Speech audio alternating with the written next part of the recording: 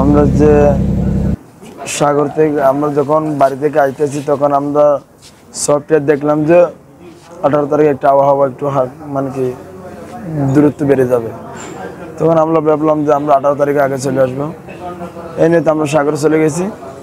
ঠিক 17 তারিখের দিকে আমরা জাল উঠে গেছি। তারপর মাছ টাছ সবগুলো প্যাকিং করার পর যখন আমরা আইতেছি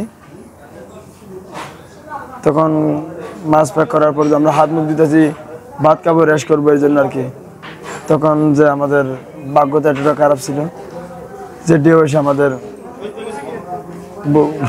ট্রলারটা ডুবে গেছে।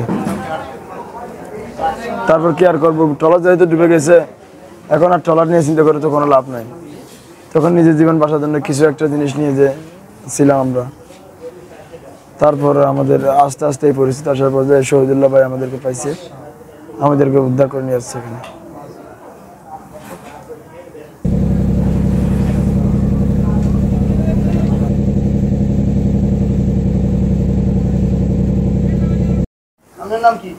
আমি 20 জন ছিলাম, 20 জন থেকে আমরা 14 জন আছে এখানে, আর 6 জন নিখোঁজ।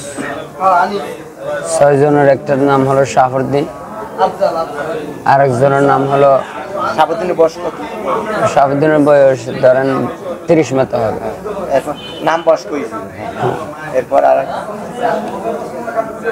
আরেকজনের নাম হলো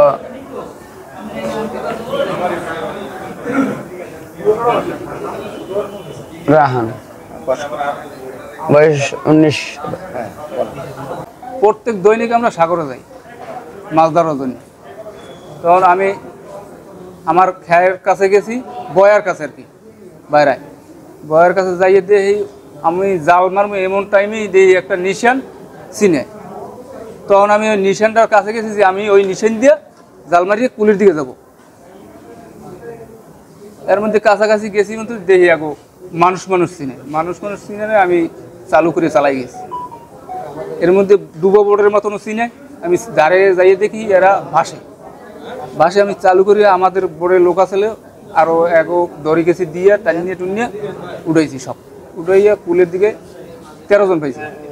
13 জন পাইয়া আমি কুলের দিকে রওনা করছি। কুলে আইয়ে বলছি ধোলাই মার্কেট আইয়া এদের নিয়ে দেই অসুস্থ বেমরা। আমি কই তাহলে আমি নিয়ে হাসপাতালে চলে যাই।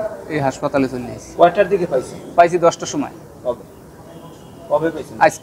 আজকে 10টায়। আপনার নাম কি? শহীদুল। একজন সকালে জাল টানার পরে যখন আমরা ঘাটের দিকে আসার পথে দেখি যে একটা লোক ভাসতেছে, তাও মাথা অল্প দেখা যায়, ডুবু অবস্থায়। তখন দেখে যায় ওই লোকটারে ধরছি, ধরে উঠেছি। উঠানোর পরে দেখি যে ওর অবস্থা খারাপ, কোনো কথা বলতে পারে না। ওরে কাপড় চোপড় পরাই গরম কাপড় চোপড় পরাইছি। পরানোর পরে কতক্ষণ পরে মানে তারে জিজ্ঞাসা করলাম যে তোমার বাড়ি কোন জায়গায়, তোমার নাম কি? তখন বলছে আমার বাড়ি অমুক বাঁশখালী, আমার নাম মোর্শেদ। মানে ওনারে অন্য কথা জিজ্ঞাসা করছি মতন কয়েকটা কথা কইছে। কয়েকটা কথা কওয়ার পরে আবার অজ্ঞান হয়ে গেছে, আর কোনো কথা বলতে পারে না। পরে আমরা কুয়াকাটা তুলে হাসপাতালে নিয়ে ওরে ট্রিটমেন্ট করেছি।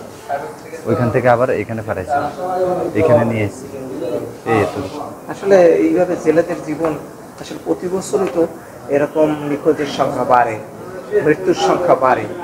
আসলে এই বিষয়ে আপনাদের কেমন? এটা আমাদের কেমন মনে হয়, মনে করেন নিজেদের সতর্ক নেই। সতর্ক যদি থাকতো তাহলে তার এরকম হতো না। কিছু মৃত্যুর হারটা কমতো যদি আমাদের সতর্ক ওরকম কিছু থাকতো। কলাপাড়া উপজেলা স্বাস্থ্য কমপ্লেক্সে আমাদের সিস্টার এবং নার্স অক্লান্ত পরিশ্রম করতেছে। আমাদের এখানে যে ওষুধপত্র আছে তা দিয়ে আমরা প্রাথমিকভাবে চিকিৎসা করতেছি। আশা করি সবাই সুস্থ হয়ে বাড়ি ফিরতে পারবে। সবাই এখন ভালো আছে।